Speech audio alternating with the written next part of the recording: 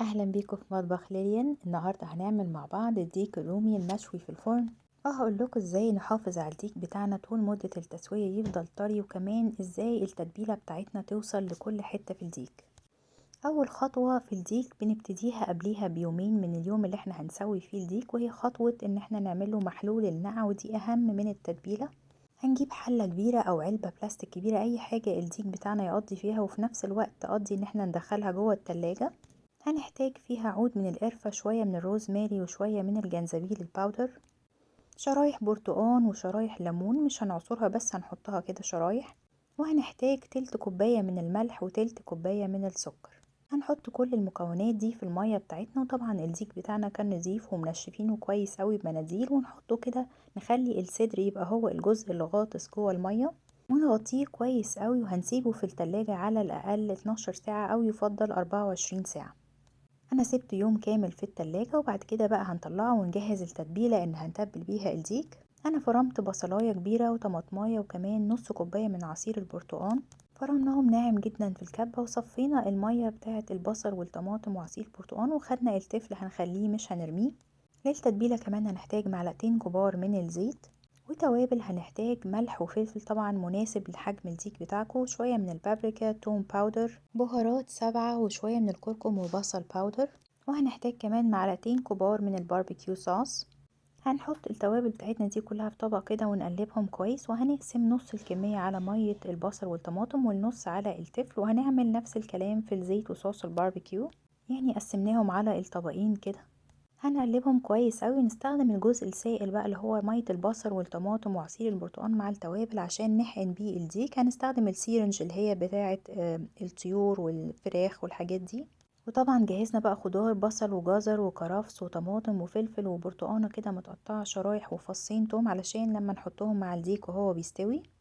جهزنا صينية كبيرة وكيس حراري مناسب لحجم الديك بتاعكم. الديك ده كان تقريبا 14 باوند أو حوالي 7 كيلو. وبهارات صحيحة، ورق لوري وقرفة وكبابة صيني وشوية من الروزماري برضو هنحطهم في الكيس الحراري، وطبعا معلقة كبيرة من الدقيق علشان الديك بتاعنا ما يلزقش في الكيس. نبتدي بقى نستخدم السيرنج دي ونحقن الديك، ونزود قوي الحقن في الجزء اللي هو الصدر علشان ده اكبر جزء في الديك، ما بيوصلوش التتبيلة قوي، فنقعد نحقن بقى في كل حتة فيه علشان نتأكد ان كل حتة في الديك هتبقى متبلة حلو، وكمان ده هيساعد ان الديك بتاعنا يفضل طري.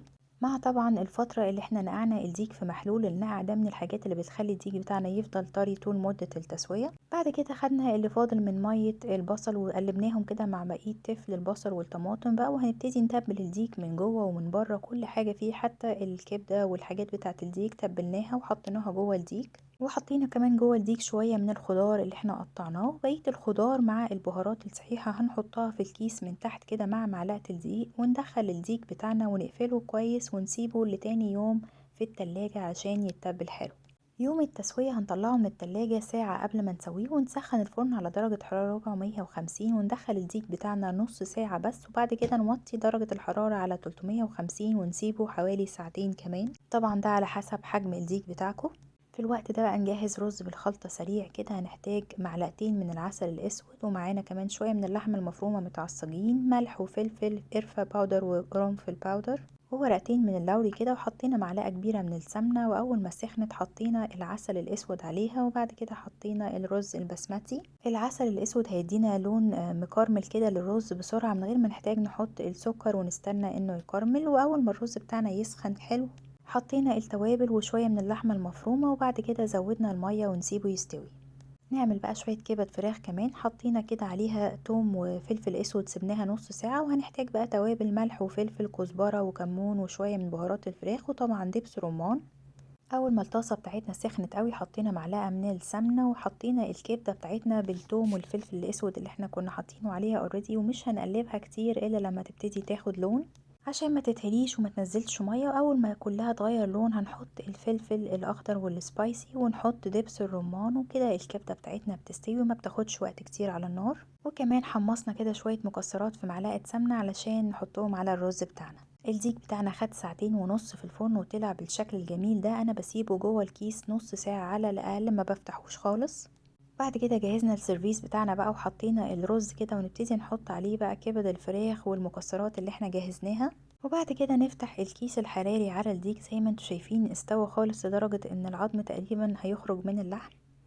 لفينا كده فويل حوالين رجل الديك علشان يبقى شكله ظريف وكمان يفضل ماسك نفسه ونقدمه بالشكل الجميل اللي انتوا شايفينه. جربوا تعملوا الديك بالطريقة دي وما تستغنوش عن خطوة محلول النقع، بتفرق كتير في طراوة الديك. وقولولي رأيكم واشوفكم في وصفة تانية. Thank you.